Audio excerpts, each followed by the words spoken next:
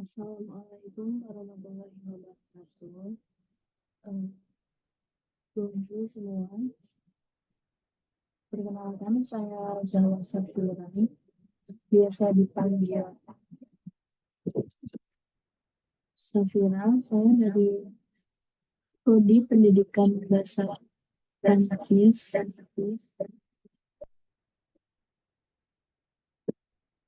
dari Universitas Negeri Yogyakarta.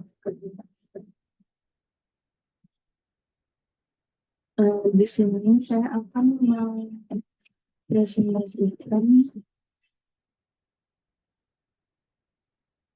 materi dari mata kuliah didaktik, yaitu materi yang saya pilih teori bahasa dan teori belajar bahasa. Langsung saja. Yang pertama ada teori bahasa. Teori bahasa adalah seperangkat pandangan atau prinsip yang menjelaskan hakikat bahasa, bagaimana bahasa bekerja, dan bagaimana manusia mempelajari serta menggunakan bahasa. Dengan kata lain, teori bahasa membantu kita memahami apa itu bahasa, bagaimana struktur dan maknanya dibentuk, bagaimana bahasa digunakan dalam konteks sosial, dan bagaimana bahasa dipelajari atau diajarkan. Eh, di sini teori bahasa sebenarnya terdapat sekali teori-teori bahasa lain yang dikemukakan para ahli. Tetapi di sini saya akan membahas 3 teori besar yang seringkali dijadikan pijakan dalam menyelenggarakan pengajaran bahasa, yaitu teori bahasa struktural, teori bahasa fungsional, dan teori bahasa interaksional. Yang pertama, ada teori bahasa struktural.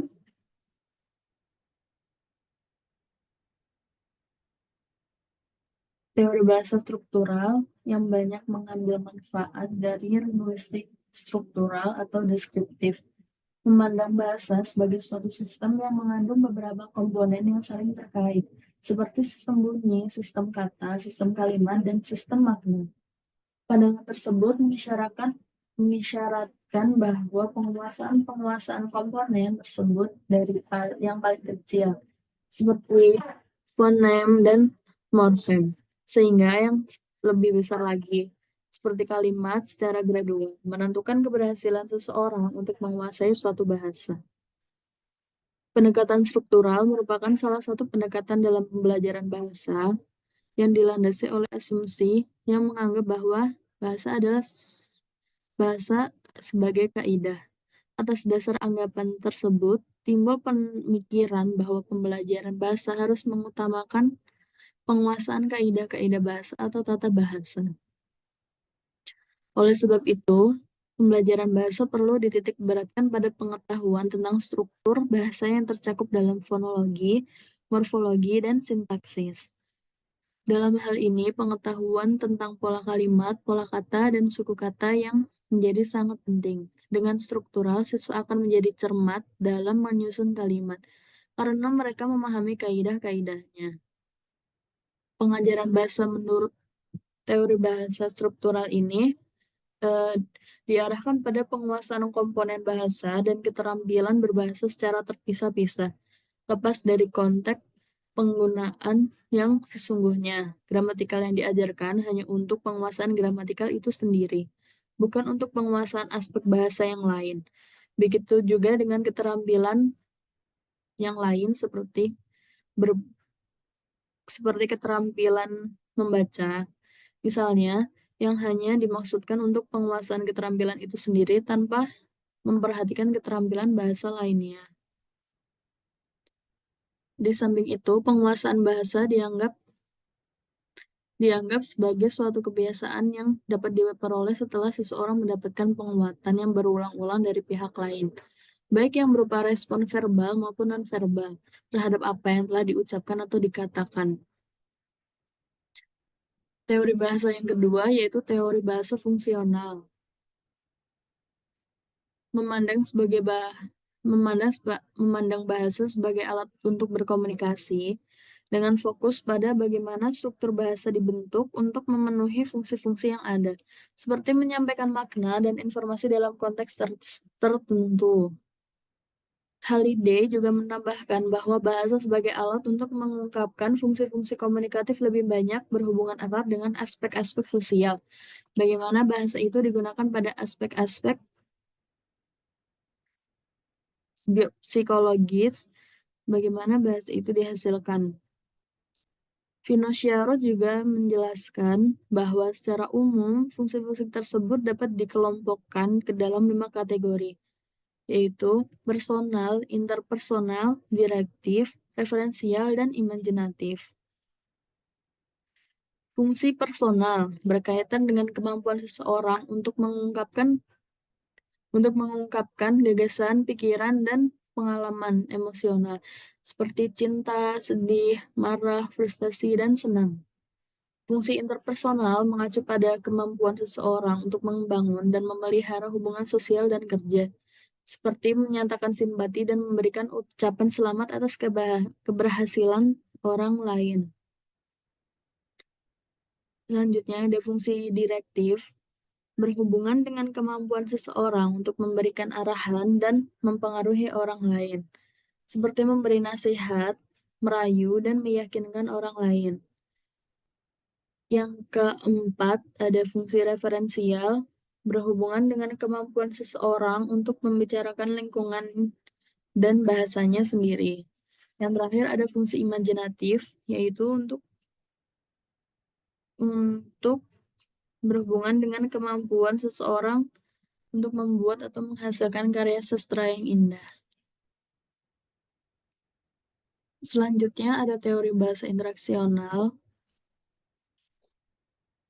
Teori bahasa interaksional ini memandang bahasa sebagai alat ukur untuk menciptakan dan menjaga hubungan sosial antar individu. Teori bahasa ini lebih memperhatikan aspek-aspek sosial yang dapat menjaga terpeliharanya hubungan sosial dan memelihara jalur-jalur komunikasi tetap terbuka. Pandangan tersebut mengisyaratkan bahwa bahasa tidak hanya memiliki fungsi komunikatif yang digunakan untuk menyampaikan maksud dan keinginan pemakainya, tetapi memiliki fungsi yang jauh lebih besar daripada fungsi tersebut, yaitu menciptakan dan memelihara hubungan sosial antar individu. Pengajaran bahasa menurut teori bahasa interaksional difokuskan pada pengembangan kemampuan siswa untuk melakukan interaksi sosial melalui bahasa. Siswa diberikan masukan yang berkaitan dengan bagaimana melakukan komunikasi yang efektif, termasuk di dalamnya penjelasan mengenai berbagai faktor yang mendukung terjadinya komunikasi, seperti siapa lawan bicaranya, apa topik pembicaraannya, dan apa jalur yang digunakan.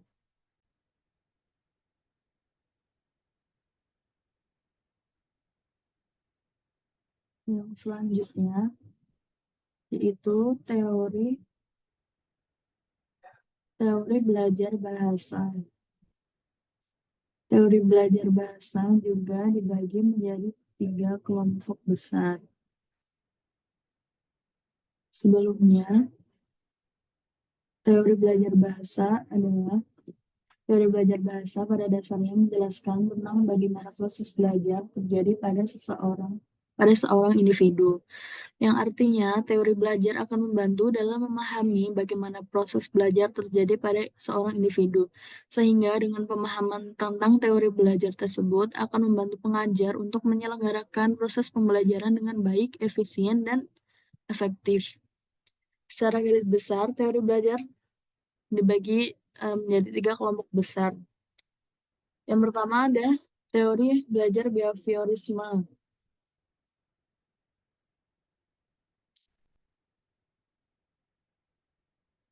Teori belajar behaviorisme ini memandang belajar sebagai perubahan tingkah laku yang dialami atau terjadi pada diri seseorang, baik tetap maupun tidak tetap, sebagai hasil dari pengalaman berinteraksi dengan lingkungan luar. Dalam pandangan tersebut, perubahan tingkah laku yang terjadi pada diri seseorang merupakan perubahan yang bisa diamati dan diukur yang biasanya disebut dengan kebiasaan atau habit. Sedangkan lingkungan diartikan sebagai stimulus yang diterima seseorang dari pihak luar yang menuntut respon tertentu. Jadi, esensi utama dari teori belajar behaviorisme ini adalah hubungan antara stimulus dan respon. Hubungan antara stimulus dan respon inilah yang menjadi dasar terjadinya seluruh bentuk pengajaran baik verbal maupun nonverbal. Edwin Lynn Thorndike menemukan teori belajar koneksionisme yang merupakan hasil dari eksperimen dengan seekor kucing dan sebuah sangkar. Hasil eksperimen tersebut menunjukkan bahwa bentuk yang paling mendasar dari belajar adalah melalui latihan, dan pengulangan dalam bentuk trial and error learning atau selecting and connecting learning dan coba-coba. Eksperimen yang lain yang dilakukan oleh Ivan Petrovich Pavlov dengan teori belajar klasik and conditioning, yaitu dengan menggunakan anjing, daging, dan bel. Pada eksperimen Pavlov ini, stimulus yang dikondisikan dapat digunakan untuk menggantikan stimulus-stimulus alami untuk menghasilkan respon-respon yang diinginkan dan dikondisikan. Dengan demikian, dalam proses belajar dengan tingkah laku sebagai ukuran keberhasilannya dapat dilakukan melalui peraturan dan manipulasi lingkungan. Teori belajar behaviorisme ini sangat cocok untuk digunakan dalam pembelajaran bahasa asing, seperti dalam pembelajaran bahasa Prancis ini. Hal ini tak lepas dari konsep pembelajaran dalam teori behavioristik yang sebagai latihan-latihan perilaku yang terbentuk akibat hubungan stimulus-respon yang terjadi berulang-ulang, dengan dukungan adanya hadiah dan hukuman. Yang kedua ada teori belajar kognitif. Teori belajar kognitif memandang individu dengan teori belajar kognitif ini cenderung berbeda dengan teori belajar behaviorisme sebelumnya. Jika teori belajar behaviorisme yang cenderung menempatkan individu sebagai seorang yang menerima segala masukan dari luar dirinya secara pasif, teori belajar kognitivisme ini memandang individu dengan kemampuan kognitifnya sebagai seseorang yang aktif dan kreatif mengelola segala masukan dari luar dirinya. John Piaget mengemukakan bahwa belajar itu harus disesuaikan dengan tingkat pengembangan kognitif anak, yakni sensori motorik, praoperasional, intuitif, operasi konkret, dan operasi formal. Makin sesuai bahan pelajaran yang diberikan kepada anak dengan tingkat perkembangan kognitifnya, maka makin baik hasil yang diperoleh. Menurut Vygotsky, terdapat dua jenis perkembangan kognitif yang dapat dilalui seorang anak, yakni tingkat perkembangan aktual dan zona perkembangan proksima. Tingkat perkembangan aktual ini merupakan tingkat dari di mana fungsi-fungsi mental anak bekerja setelah siklus perkembangannya telah sempurna. Dan zona perkembangan proksima adalah merupakan tingkat perkembangan yang dicapai anak pada saat anak bekerja sama dengan teman sebayanya yang lebih pintar. Dengan kata lain, apa yang diperoleh anak bersama-sama dengan temannya merupakan indikator perkembangan kognitif yang sebenarnya. Yang telah dijelaskan tadi menunjukkan bahwa kemampuan kognitif memiliki peran yang sangat penting di dalam penguasaan ilmu pengetahuan. Dengan kemampuan kognitif yang dimiliki, seseorang dapat memahami, menerapkan, menganalisis, menyintesis, dan melakukan kemampuan-kemampuan lainnya untuk mengelola berbagai masukan guna mendapat pengetahuan dan informasi baru. Kemudian, dalam pemarolehan bahasa pertama, kemampuan kognitif ini mengacu pada kemampuan bawaan yang dimiliki oleh setiap individu. Untuk memperoleh bahasa pertama, Chomsky menamai kemampuan khusus itu dengan sebutan alat pemarolehan bahasa. Berkenaan dengan pengajaran bahasa asing, salah satu pandangan yang menempatkan kemampuan kognitif pada posisi yang sangat strategis disebut dengan hipotesis konstruksi kreatif, yang dianggap banyak memiliki kesamaan dengan alat pemerolehan bahasa.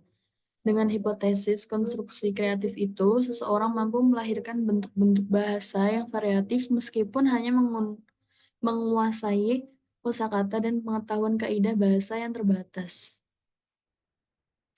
Adapun salah satu metode pengajaran bahasa yang menerapkan teori tersebut secara total adalah metode alamiah.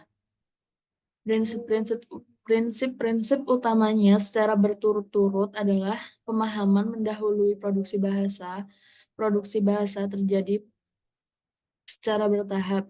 Silabus pembelajaran harus memuat tujuan-tujuan komunikatif dan aktivitas di dalam kelas harus diupayakan dapat mengurangi atau merendahkan saringan afektif siswa.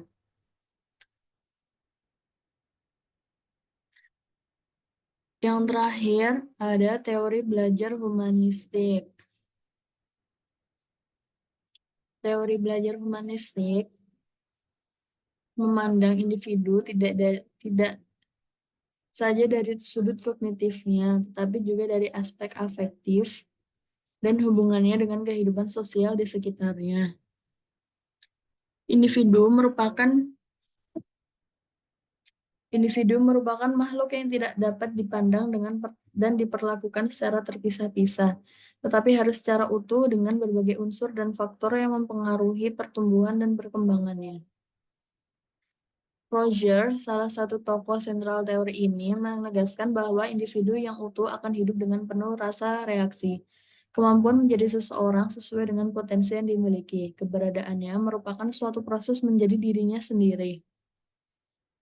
Individu yang utuh terbuka menerima berbagai pengalaman secara penuh dan menjadikan dirinya sendiri berperan dalam setiap tindakan dan keputusan yang dibuat. Di samping itu, dikemukakan juga bahwa setiap individu membutuhkan perlakuan yang hangat, cinta, hormat, dan penghargaan dari pihak lain, sehingga mampu berkembang secara maksimal sesuai dengan potensi yang dimilikinya. Oleh karena itu, dalam pengajaran bahasa, individu harus diperlakukan sebagai makhluk yang utuh secara fisik, intelektual, dan emosional, sehingga mampu mengembangkan kemampuan dirinya secara aktif menuju proses perubahan yang diharapkan. Pandangan demikian diharapkan menjadi pegangan bagi para guru agar dapat menumbuhkan sikap positif siswa terhadap bahasa yang sedang dipelajarinya, dan menyelaraskan kegiatan belajar siswa dengan keinginan dan minat siswa. Dengan kata lain, aspek kognitif dan aspek afektif siswa harus diperhatikan secara seimbang. Bila guru menginginkan kegiatan belajar bahasa yang dikembangkan berhasil dengan baik. Berkenan dengan hal tersebut, Brumfield menegaskan sebagai berikut.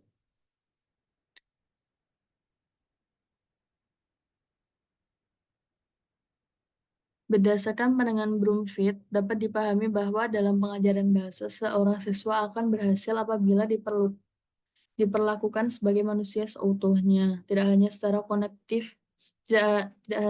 kognitif, tapi juga secara afektif, sehingga mampu mengelola masukan secara kreatif mengenai peran penting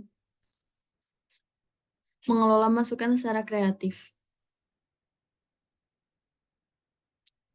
Dalam pengajaran bahasa Prancis terdapat beberapa metode yang mengadopsi dan menerapkan prinsip-prinsip teori belajar humanisme. Salah satunya adalah suggestopedia. Ciri utama metode itu adalah terwujudnya suasana rileks dan nyaman dalam kegiatan belajar mengajar. Dengan mengurangi dan menghilangkan berbagai kendala afektif yang terdapat dalam diri siswa. Untuk itu, segala fasilitas dan alat bantu pembelajaran seperti sofa, musik, poster yang dapat digunakan secara optimal selama suasana Pembelajaran berlangsung secara nyaman dan secara nyaman, dan rileks.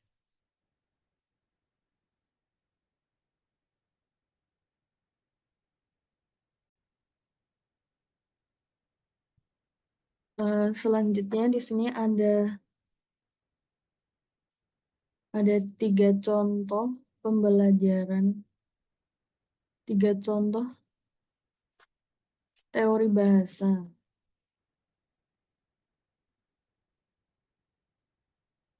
Yang pertama dari teori bahasa struktural.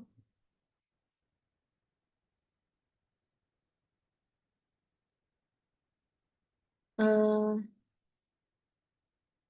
menurut teori struktural ini, bahasa adalah sebuah sistem yang terdiri dari unsur-unsur yang saling menghubungkan, seperti bunyi, kata, dan kalimat. Kemudian contoh penerapannya di kelas, siswa belajar struktur kalimat seperti subjek, predikat, dan pelengkap. Yang kedua, contoh dari teori fungsional. Teori fungsional memandang bahasa sebagai alat komunikasi untuk menyampaikan maksud dan kebutuhan. Contohnya, kita menggunakan bahasa untuk meminta, menjelaskan, atau mengundang seseorang. Yang ketiga, contoh dari teori interaksional. Menurut teori interaksional ini, bahasa berkembang melalui interaksi antar individu. Untuk contoh penerapannya, para pelajar berlatih bahasa Prancis dengan berdiskusi bersama teman-teman mereka.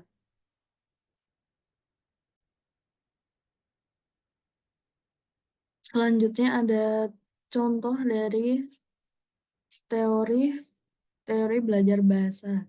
Yang pertama dari teori behaviorisme.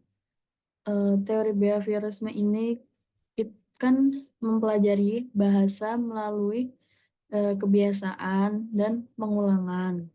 Jadi belajar secara berulang-ulang, mendengar, meniru lagi, kemudian diberi penguatan atau reward jika benar.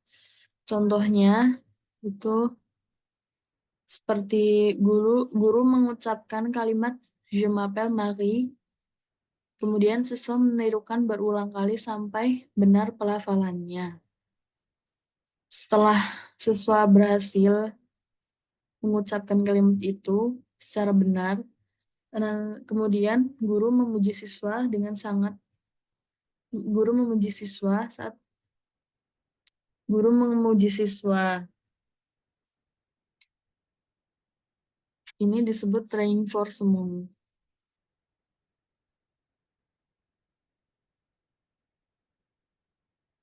Kesimpulan dari behaviorisme itu, bahasa dikuasai melalui latihan berulang kali dan penguatan yang positif dari guru atau dari orang di sekitarnya.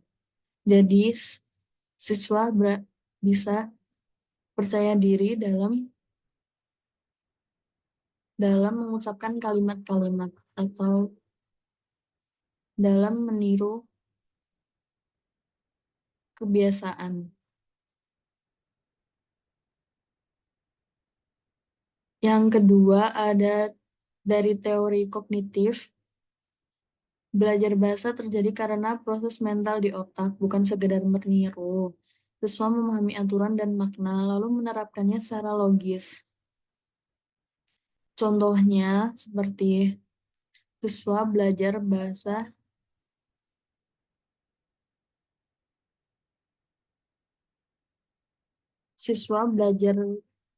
Prancis.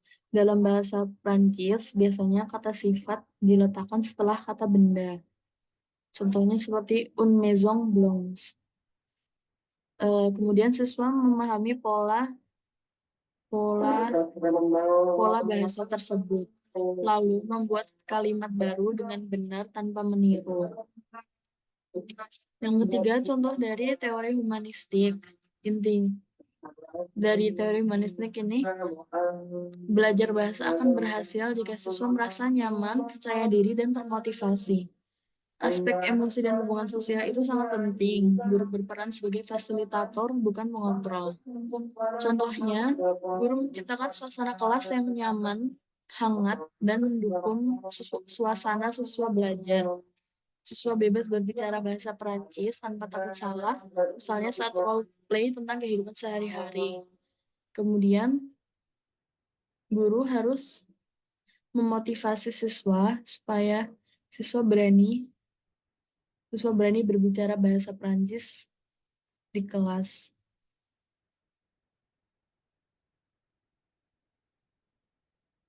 Kesimpulannya, bahasa lebih mudah dipelajari ketika emosi positif dan motivasi siswa diperhatikan.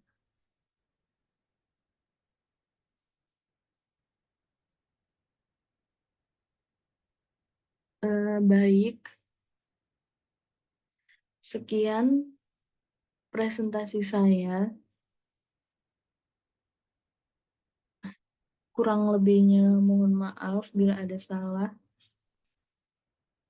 Mohon dimaafkan. Eh,